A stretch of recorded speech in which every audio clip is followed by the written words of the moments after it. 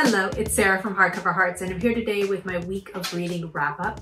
This is where I talk about the books that I read this week, the books I'm currently reading, and what I could potentially read next week. And I'm also here trying desperately not to touch my face, which is very, very hard. Very hard for me to do.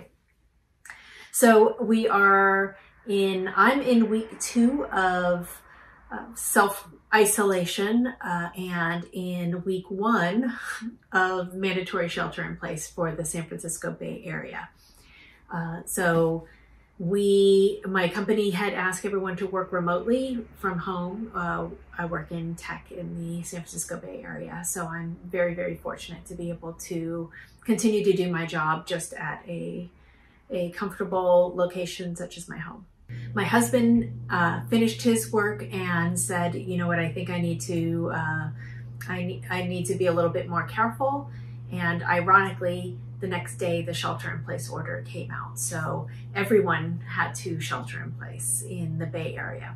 And now it just came out today that the governor has asked the entire state to shelter in place, which I think is the right thing to do.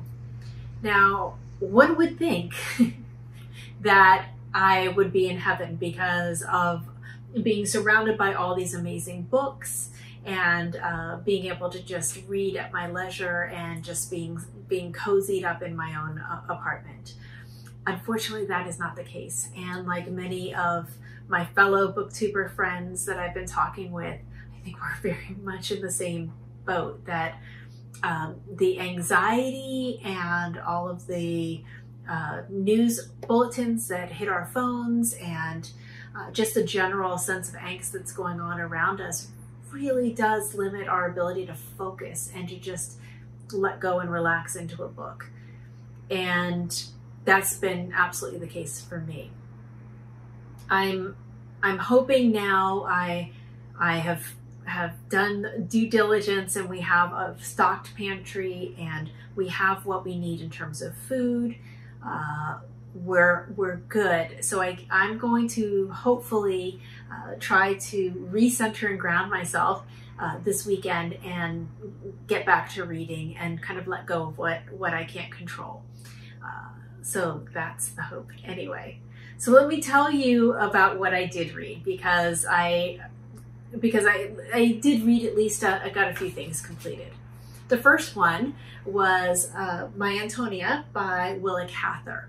I did this as a buddy read with Adam of Memento Mori, who was a fantastic person to read, especially during these times, because Seattle is also having challenges as an epicenter of the virus as well. So it just so happens that being able to communicate with him every other day and talk with him and see how he's doing and commiserate about what was going on in our cities was very cathartic. And then we were able to have a conversation about an American classic. I will say, going into this book, I had heard so many amazing things that this really is her penultimate piece of work. But I will say that while I liked it very much, I felt that the first half was significantly stronger. This is my third Willa Cather book. The first one I read was Death Comes for the Archbishop, which I think was sublime. I thought that was pretty much a perfect book. The second one was The Professor's House, which was fine. It gave me a little bit of stoner vibes, and I didn't really love it. But I had very, very high hopes for this. Maybe too high hopes. Maybe my expectations were a little too advanced for the book. The story is of a young boy, and he is orphaned and is sent across the country to Nebraska to live with his grandparents. He arrives at Nebraska at the same time that a family from Bohemia arrives, and he forms a friendship with their little girl that's his same age. And she is a remarkable little girl. She's very smart, very hardworking, very determined. And we really see her through his eyes. And we learn about what it's like being in Nebraska and living on this farm. what community means, and what the life is like, and the hard scrapped way that they look out for each other and themselves. That was really the first part of the book. The second part of the book, the lens widens as the family, his grandmother, grandfather, himself, and his brother move into town. And now all of a sudden we have a new cast of characters that are introduced, and we start to look at these other people. And Antonia also comes to work in town, and they reignite their friendship. But then there are other people that are in the mix as well. I'm not going to say any more than that because I don't want to spoil anything. But what I found was the taking away the focus from Antonia. It really made a difference. It really lessened the color and the vibrancy of the book for me. And Adam was saying the same thing for him. You know, it ended lovely. This is a fine book, but it just wasn't the masterpiece that I was expecting. So that was a little bit of a bummer, but great reading experience for this.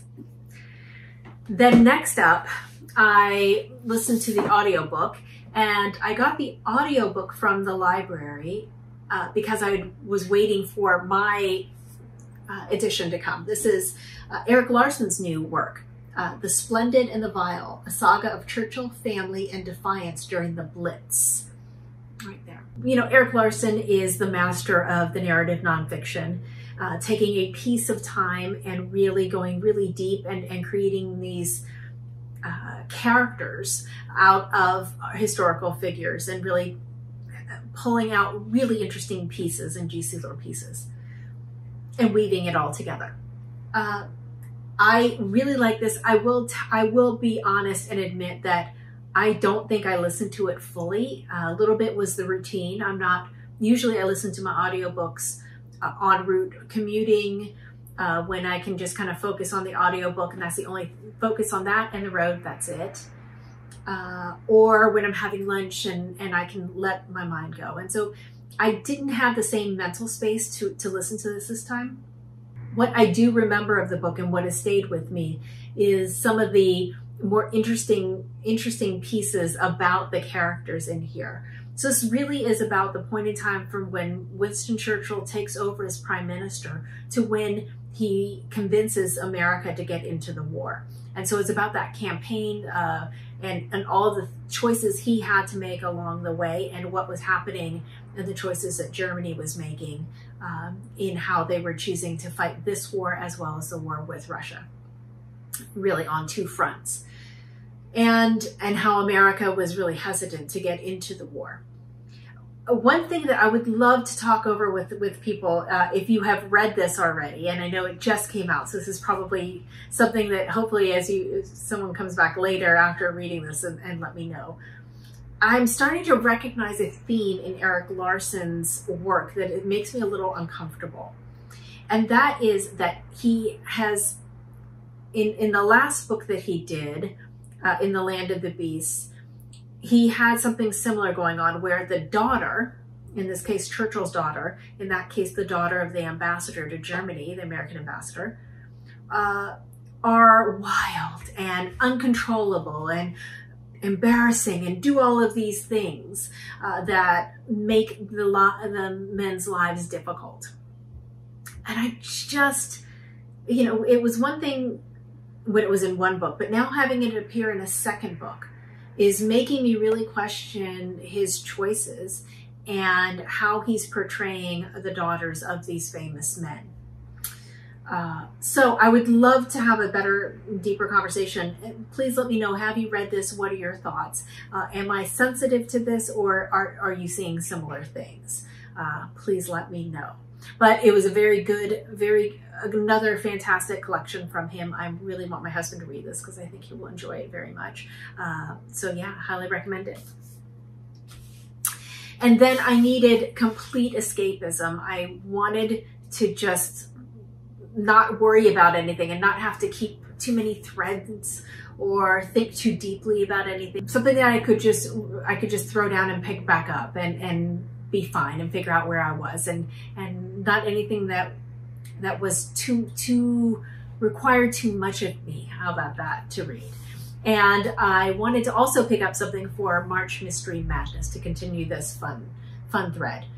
And I found this. This is something I picked up a little while ago. This is Auntie, Poldi and the Sicilian Lions. This is by Mario Giordano. This is a work in translation, and the translator was John Brownjohn. John Brownjohn, that's a name.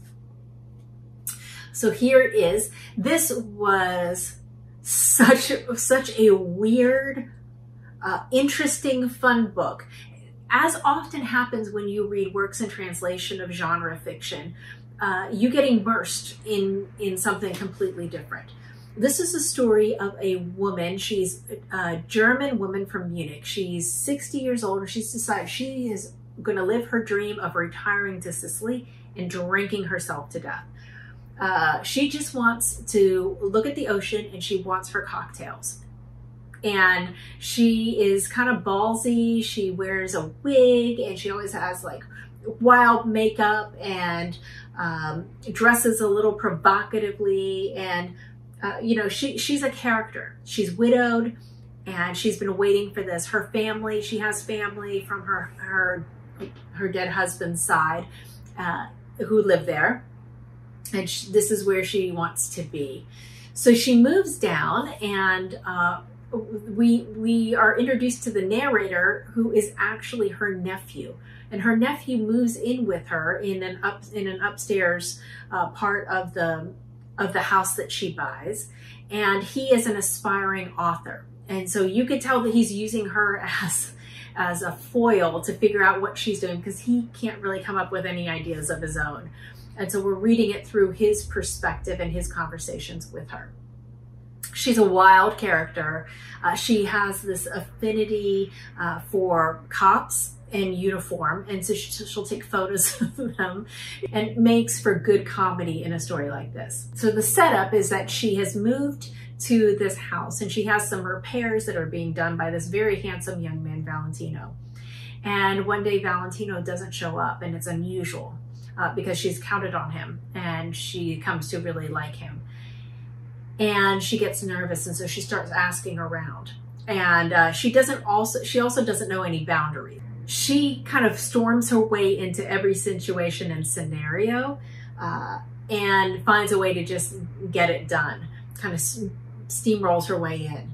I found this to be really fun, really charming. There's a lot of culture here. There's a lot of what goes on in Sicily. A lot of Sicilian jokes are in here. Yeah, this was fun. This was fun. I gave it 3 stars. I will probably read the second one just because I'm still thinking about it and laughing at some of the shenanigans she got herself into and hijinks.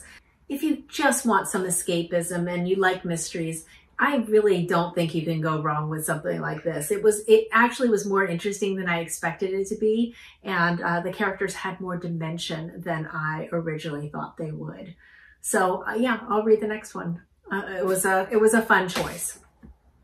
So now let me talk to you about what I'm currently reading, because I've been a little manic. I've been just kind of trying to feed this energy that I have with reading, and nothing has really stuck. And so a few of these I'm doing as buddy reads, and so I'll be reading to a certain portion and then having to stop. But then otherwise I haven't been able to just sink into something, which I hope to do this weekend. There is I think a 24 and 48 is coming up this weekend, and I do, of all the readathons, I love that the most. Because I like the idea of trying to put together amount of time when you have your life going on otherwise. So it's a lot less hectic and stressful than some of the other ones, but still a true readathon, which I enjoy very much. So first up is I have my last BookTube Prize book to finish, and I think I may have saved the best for last. So I'm kind of happy with how that's turned out. We'll see if it sticks to the landing. I'm about halfway through that one. Then I am doing a buddy read. This is Coventry by Rachel Cusk. And she and I have agreed that we are going to take this slow, because Rachel Cusk is the type of writer, these are all essays, and she's the type of writer that is very philosophical and intellectual. She looks at things and observes. What I find most interesting about her, as I'm thinking about, as I'm trying to articulate something about her work, is that most people, when they want to understand something, they break it apart, they pull it apart. And what I think she does, though, she builds collages she adds to instead of deconstructing. And so what the experience that happens when I read her, and it's happened a few times, so I'm going to test this theory deeper into the book, is that she will pick a topic, she will nail the intro. The intro is always so strong, but then she goes off and meanders in a way, and you don't really understand how it relates. But then at the end, you see the mosaic that she's put together and what she's trying to say. And I think that additive nature is very, very interesting and something that I'm not used to seeing. So I enjoy it very much. But she is kind of a cold writer.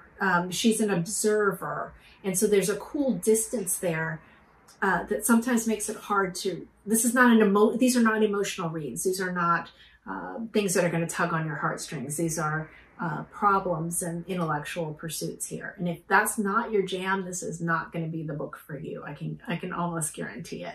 We'll see. I'm only into two of the essays so far, but from what I've read also with outline, I have the feeling that that's the case. But she's a great writer, and I'm enjoying this so far very much. Next up, I'm continuing with my group read. This is Evelina by Frances Burney. I think I'm starting to get my head around the fact that I don't think I'm going to be able to go to Oxford in July this year. I don't think the program's going to be going. And I'm trying to settle that in my heart because it's a huge disappointment. So it makes this buddy read series that I'm doing so much more important. So thank you everyone who's reading this with me. I appreciate your engagement, and it's really helping me and will help me in the future with the other 3 books. Still enjoying this, still very, very surprised at the style of writing, how engaging it is, everything that we're learning about Frances Burney as a writer. The endnotes here are really fantastic, just so good. These Oxford World Classics are very, very good ones, and the cover is just lovely. So thrilled. I'm gonna catch up this weekend, and we have another check-in on Sunday. Then from last week, I had mentioned wanting to start this, and I'm doing another buddy read.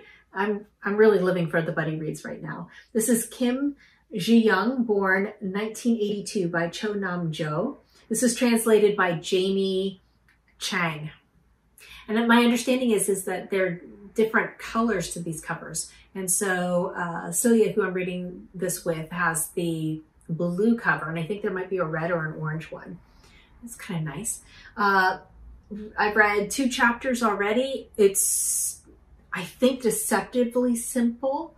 Getting the vegetarian vibes. I see why it's connected, and people talk about it in similar ways. We open the book with her having some real challenges with her mental health, and she's being questioned by her spouse that she's not acting right. She's just had a child.